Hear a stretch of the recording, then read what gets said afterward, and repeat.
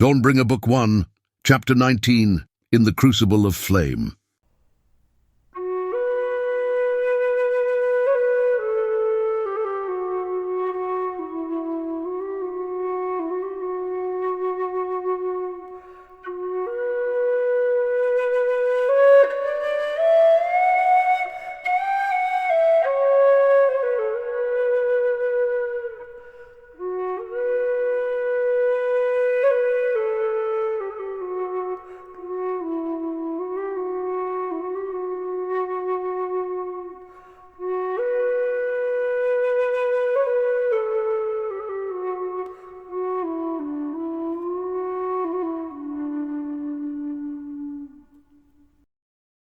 Eldarien and Rorlain make their way through the streets of the city to the Hera's Palace, an imposing structure of stone in the center of Risfand, surrounded by a grove of trees and a narrow moat, dug more for decoration than for defense. Its water glistens in the dappled light of the sun shining through the boughs of the trees. The Hera's lives in a palace while his people live in squalor and poverty, Rorlain comments. Not a rare occurrence. Eldarien sighs, stopping to look at the building that stands before them. It is large enough not only to serve as a place of meeting, but also as a dwelling for numerous persons, the Hera's and his familiars, and perhaps even other influential members of the government of the city. With this thought, a realization comes to him, and he turns to Rorlain. I just thought of something that has slipped my mind until this moment. What is it? Something so obvious that I didn't stop to consider it. He explains. What if the Hera's is with the Imperial Counselor when we speak with him? We cannot very well warn him of the invasion when the Counselor is present. That is true, but Rorlain says, looking at his friend with concern in his eyes.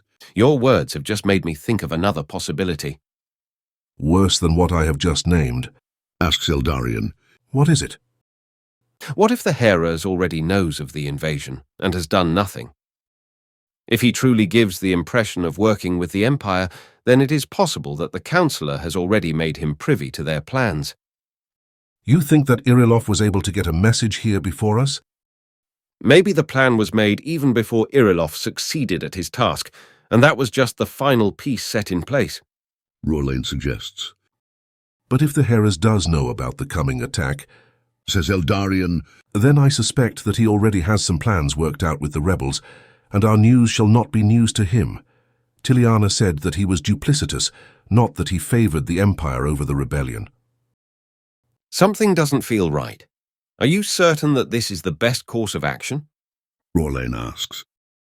No, I am not, Says Eldarien. but I do not know what else to do. Then we go to speak to the Hera's. I am afraid so. Says Eldarien. All of these deliberations confirm for me anew the profound limits of human foresight. We could speak all day about the possibilities that lie before us and about the consequences that our actions may bring, but in the end, we do not and cannot know. We must simply do what is right and, for the rest, trust in powers greater than our own. Very well, then. Rorlain sighs, shaking his head. He crosses the narrow wooden bridge over the moat and walks to the door to the palace, Eldarien following behind him. He reaches out for the handle but pauses. What is it? Eldarien asks. Rorlain looks back at Eldarien, and his face is serious and lined with concern. Something just came to me, He says. almost like a reminder or a warning, intended for your good. What do you mean? A thought within me, but not of me. Rorlain attempts to explain. Do you remember what Ierendal said when he arrested us? He said that his orders were to take you to Risfand for trial and execution. If you show your face in the Hera's palace, it is likely that you will be arrested and never see your freedom again. It has been long since I was here, and I never spoke with the authorities. Eldarien retorts. I doubt anyone would recognize me. Please, Eldarien. Rorlain pleads. In this matter, will you trust me? I wish to go alone, and I will speak for the both of us. I have vowed to protect you, and I feel in my heart of hearts that this is something I must do in order to accomplish precisely that. Very well, Rorlane. Eldarien says softly. I do trust you, and even if I think your caution excessive, I accept the gesture of your care. Whatever this sense may be, I hope that it does not prove true. You are a hunted man, Rorlane says. I suspect more than you realize. If I can be a bastion of defense for you against the forces that will harm you, then this is what I will do. What has come over you? Asks Eldarien, though he places his hand on his friend's shoulder and looks deeply into his eyes as a way of expressing both his gratitude and his trust. It is perhaps just an intuition, but one that I wish not to act against. And I will not ask you to. And with this, Eldarien steps back and watches Rorlane enter the palace. Only after the door has shut firmly behind him does Eldarien turn away and walk out of the grove and back onto the streets of the city. And to his surprise, he finds himself face to face with Elmarien, who stops before him, breathing deeply as if she has been running. Eldarien, she says, looking at him with eyes glistening and alarm in her voice. What is it? He asks, holding her arm and steadying her. the ghetto, it's burning. Elmarien says, finding her voice. The buildings, they are on fire. The hospital too. What happened? It's too much to be an accident. Everything is burning. Please, come with me. We need to help the people evacuate. Of course. Eldarien and Elmarien make haste through the streets of the city until they come to the southern boundary of the ghetto. Smoke billows up before them like a mass of black cloud, blotting out the sky, and the flames have already risen so high that they are visible above the fence, orange, yellow and blue, licking at the air. Elmarien steps forward as if to enter through the gate, but Eldarien holds her back. Just a moment, he says, and tears part of the sleeve off of his shirt. He ties it as a face mask around Elmarien's mouth and then does the same for himself. Please be careful. We will do our best to save them, but you must not allow the smoke or flames to harm you either.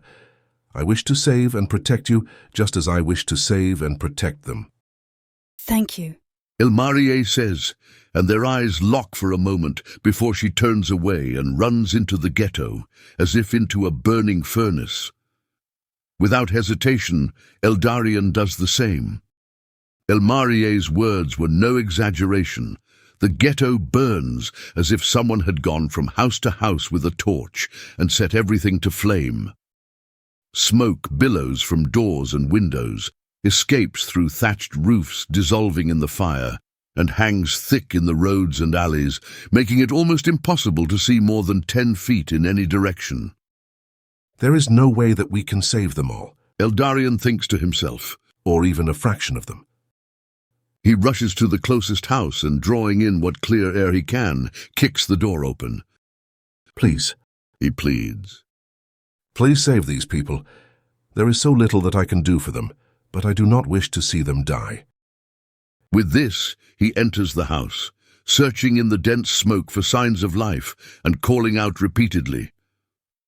There is no answer, and he sees nothing but an abandoned house being consumed by flame. He departs and sprints to the next house along the road, entering it in turn. How am I to choose where to enter and where not? Lives depend upon my choice, and this choice depends on chance. Guide me. Guide me. Guide me. This house too is empty, and beginning to cough because of the smoke, and moving close to the ground to avoid its full force, Eldarien returns outside. He looks around, trying to quell a sense of panic and futility, feelings of powerlessness crashing upon him like waves of a tumultuous ocean in the greatest of storms. Guide me. Seemingly at random, he chooses a house from among those lining the road and enters it. Is anyone in here? Hello, hello! And then a child's cry. Eldarien approaches the sound, forced almost to a crawl in order to avoid the smoke. He comes upon a figure in the dense blackness, a young girl in the corner of a room, the body of her mother sprawled on the floor beside her. Flames lick at the walls and spread across the floor, consuming wood and setting it ablaze, threatening in but a few moments to cut off the way outside. Here, Eldarien says, drawing the child to himself. get on my back, hurry. Then he lifts the unconscious woman into his arms, and carrying both mother and child, all the while trying to remain low to the ground, he escapes from the building. It crumbles behind him only moments after he's back in the street, sending sparks flying in the air and a plume of smoke billowing forth in every direction. Looking around for a safe place for those he carries, Eldarien sees other citizens rushing to and fro, throwing water upon the burning buildings, and some entering the buildings themselves, as he has done. He sees two young women carrying pails of water, with frightened looks on their faces, but intent to do what they can. Excuse me? He cries to them, stepping in their path. Could you please take this woman and child out of the ghetto? Get them treatment if you can. I know not whether the woman lives, but it may not be too late yet. Very well, sir. One of the women says, and she takes the girl, now sobbing uncontrollably, from Eldarien's back. He then places the unconscious mother in the other woman's arms, a heavy burden but not impossible to carry. Thank you. Thank you both. Eldarien breathes, and he coughs deeply.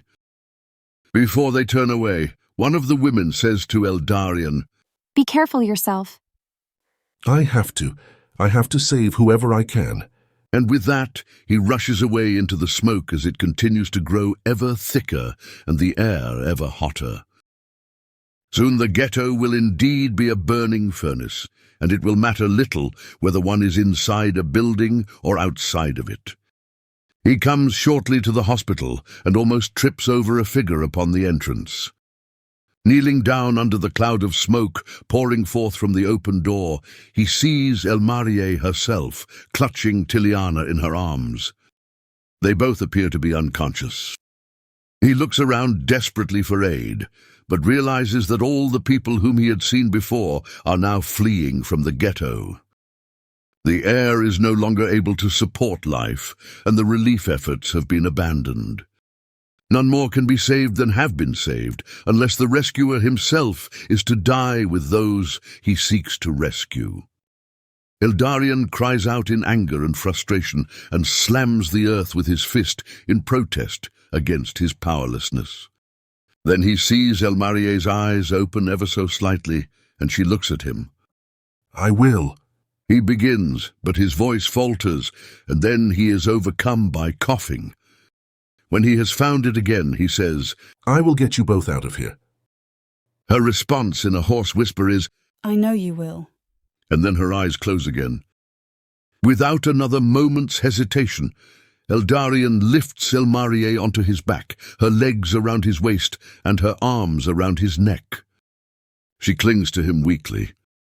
Then he draws Tiliana into his arms and holds her as one would hold a child in a reclining position, her head against his chest, his arms one behind her back and one in the crook of her legs, supporting her. She is entirely unconscious. He sprints now, as fast as he can in his failing strength, through the streets, which have become a crucible of flame and a furnace of death. The fire burns loudly around him, as if roaring at him in menacing hatred, and the smoke clouds his vision, burns his eyes and sears his throat, making it almost impossible to breathe. But he does not stop, even though he feels like he is already beyond the point of collapse. Elmarie's slim body bouncing roughly against his back and Tiliana's figure cradled in his arms both give him strength and purpose, and energy flows into him from a source beyond his reach and yet deep within him.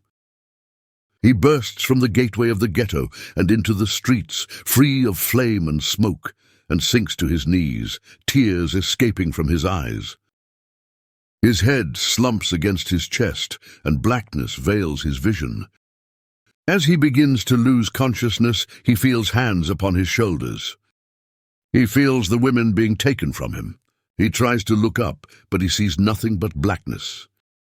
Sir, are you all right? Says a woman's voice. And then a man's voice follows.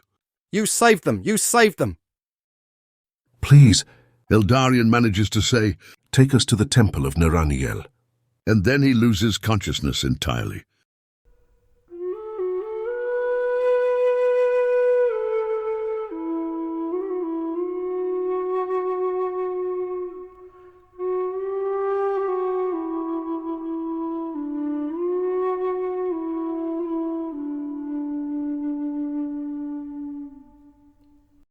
He awakes to the light of the sun shining upon his face and opens his eyes.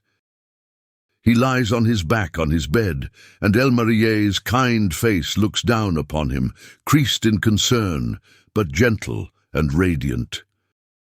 She smiles weakly when she sees him open his eyes.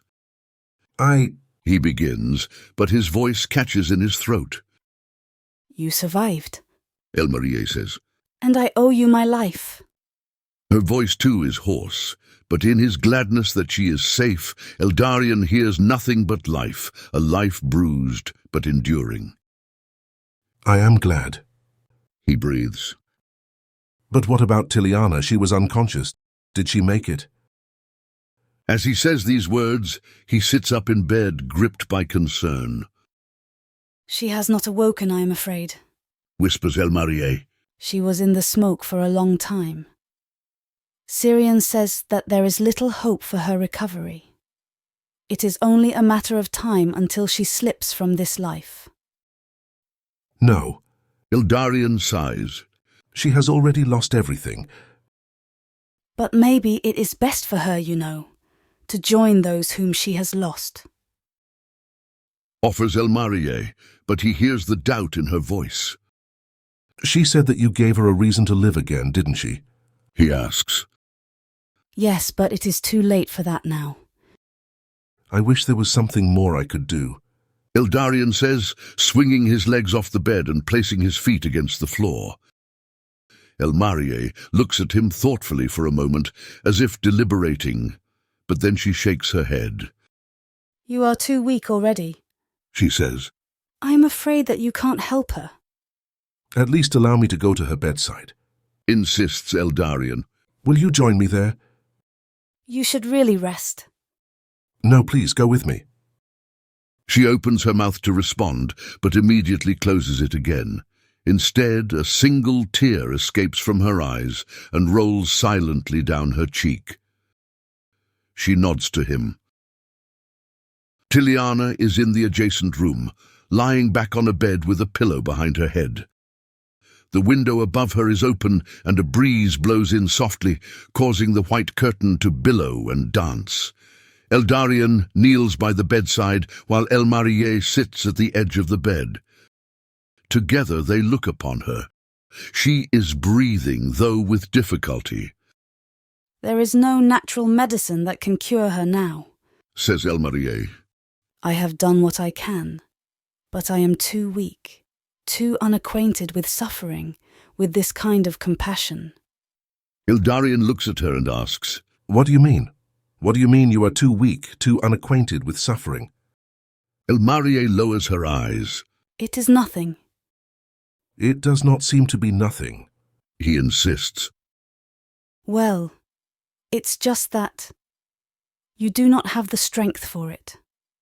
Such a gift always comes at a great cost to the giver, and you are already at the limit of your strength. Of what do you speak? Eldarien asks. I do not understand. I am not going to force you to choose between your well-being and hers. Says Elmarie, raising her eyes again and looking at Eldarien. She is weeping now, and tears stream freely down her face. Please. Eldarien pleads. It's just... She hesitates, as if trying to resolve a conflict within herself, and then continues. I knew from the first time I met you, from the first time I looked deeply into your eyes. You are the only person I have ever met who bears the gift that I too carry. What gift do you mean? It is the gift of bearing. That, at least, is what I call it. Have you not experienced in the past that you carry the pains and burdens of others as if they are your own? But do not all men do this? Eldarien asks. Few are compassionate enough to accept love with such a cost, Replies Elmarier. But surely all are invited to it. You are right, Eldarien. She says. Of course you are right. Such compassion is the lifeblood of man, the measure of his love in a world marked by suffering and pain. But for us, there is something else at work. I myself have tried. I have tried to save Tiliana, but I cannot. I am too weak, too inexperienced. Her pain is too great for me, beyond me. I do not have the capacity to hold it without losing myself. But the bearing heart can only heal another if they can hold the other's suffering, can encompass their pain within their own compassion, and give it a home. In this way, what is theirs becomes ours, and they are made free. After Elmarier has fallen silent, she and Eldarien both sit looking at one another without speaking, the breeze whistling in through the window and Tiliana's laboured breathing punctuating the stillness. What is theirs becomes ours. Eldarien repeats after a while. I know that what you say is true. I have always felt it, but only your words now reveal it to me. Then you must know why I cannot ask this of you. Elmarier cries.